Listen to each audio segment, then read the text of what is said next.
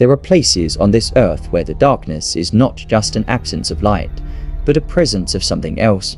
Places where the air thickens with unseen eyes watching, where the walls remember every scream, and where reality itself bends under the weight of unspeakable horrors. Chateau Amerois is one of those places.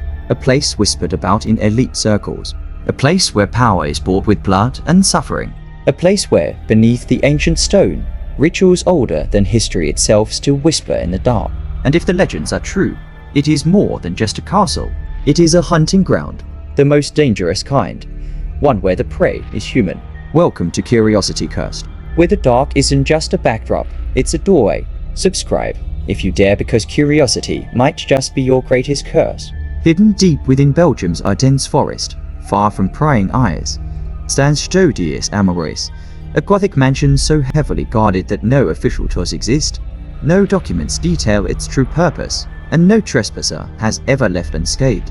Built in the 19th century, it was once a noble residence. Now, it is a forbidden fortress, whispered to be home to something far more sinister than royalty. Investigators, journalists, and thrill-seekers who have tried to uncover the truth often vanish without a trace. The few that make it out speak of voices in the wind, shadows that do not belong to anything living, and a sense of being watched by something just beyond sight. Some say it's haunted, others say it's something far worse. A sanctuary for rituals, a temple for sacrifice, a playground for the world's elite. And among the most chilling rumors is the hunt. The Mothers of Darkness are not witches, not aristocrats, but something much worse. They are whispered to be high priestesses of an ancient order, bound by bloodline and ritual, devoted to preserving power through suffering. They are said to be the true architects of control, wielding secrets that stretch across centuries, rituals that bind souls, and ceremonies that demand the ultimate price: innocence, pain, and blood. Unlike cults that claim false power, the mothers do not worship, they command. And their temple, Chateau Amerois, a place where each room is said to be aligned with occult principles, each hall serving as a vessel for dark energy, and each ritual marking the castle's stones with blood that never dries. One of the Thoris' most infamous rooms is said to house a chandelier, unlike any other the thousand lights. Each light represents a life taken in sacrifice. Each flicker marks a soul devoured by the darkness. When a light goes out, another ritual must take place. Those who claim to have glimpsed the room describe walls slick with something dark, symbols carved into the floor with fingernails and teeth, and a throne made of human flesh, stitched together as a monument to agony. No one truly knows how many have died here, only that it never stops. And yet, even this nightmare pales in comparison to the hunt. The wealthy and powerful have always craved something more.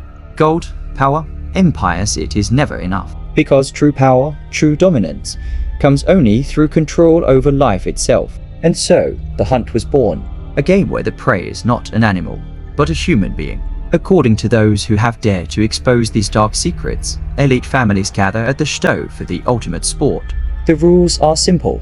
A victim, often abducted or bred for the ritual, is stripped, marked with occult symbols, and set loose into the forest. They are given a single head start, sometimes a few minutes, sometimes an hour.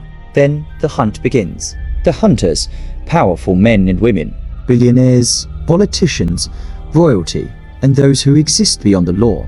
Armed with crossbows, blades, and tracking dogs, they descend into the darkness, not just to kill, but to break, to chase, to exhaust, to drag the victims back, screaming, kicking, and begging. Because the game does not end when they are caught.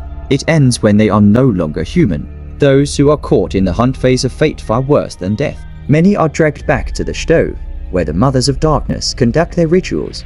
Skin is peeled from the living. Tongues are removed to ensure silence. Eyes are carved out, placed in golden bowls as offerings to the unseen entities that dwell beneath the castle. The floors, soaked in centuries of blood.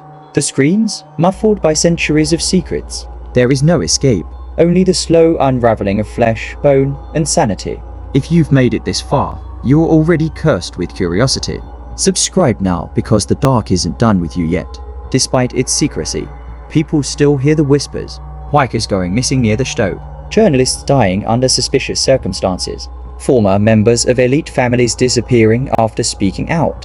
And every few years, a body is found in the Ardennes Forest, torn apart, drained of blood. marked with symbols no one dares translate. Coincidence? Or proof that the hunt never truly ends? Chateau Amerois stands to this day, silent, waiting, watching, and if you ever find yourself alone in the woods, feeling the weight of unseen eyes upon your back, hearing the snap of branches behind you, run. Because you are not the hunter, you are the prey. This has been Curiosity Cursed. Subscribe if you dare.